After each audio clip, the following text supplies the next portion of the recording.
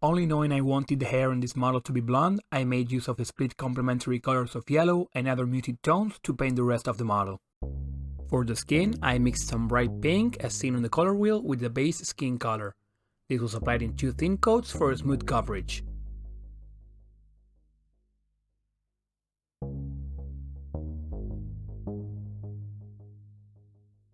Adding a lighter skin tone to the previous mix, I began to highlight. I won't go into detail on light placements since the topic was covered on my last video. Above, you'll find a link to it if you haven't watched it yet.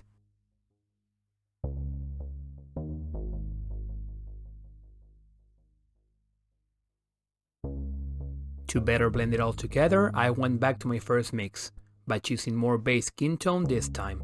After diluting it with a good amount of water, this thin paint was applied all over the skin, avoiding having paint pool on the recesses.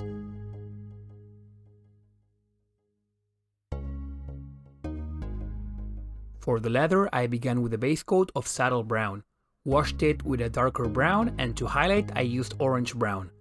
I chose this color since it was essentially a lighter, more vibrant shade of brown, due to the higher amount of yellow in it.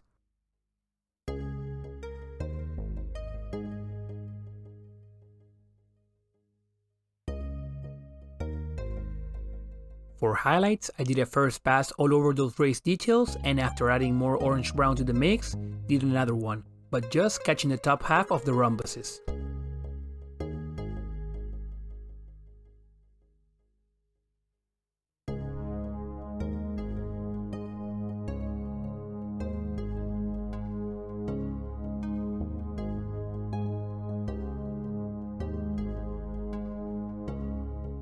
From here, I moved on to the fur, base coating it with medium grey, followed by a wash of earth and a pinch of black, and finally highlighted it with pale sand.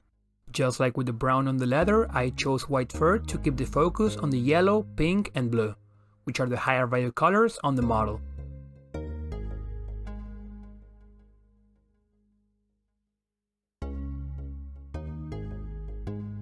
To better pick out the hairs, I placed my brush sideways against the raised details.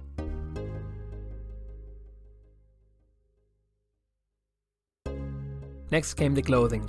I used 2 high value blue colors which will really pop out, and as a side note I used a different shade of brown for the belt to differentiate it from the vest.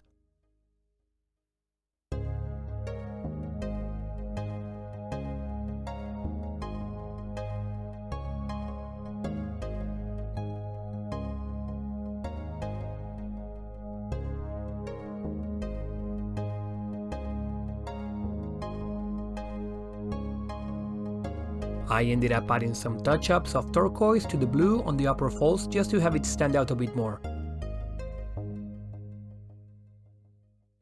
You can see how much the blue stands out against those neutral tones. For the hair, I did a base coat of light brown followed by a wash of burnt umber, and highlighted it with light yellow.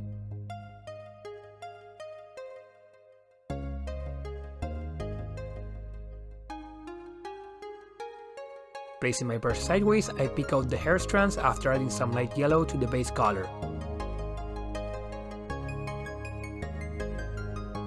Also, by changing the position of my brush, I get some paint within the shadows at the top of the head, which then was highlighted using the pure light yellow. This way, the highlight of my midtone becomes the shadow of my brightest highlights.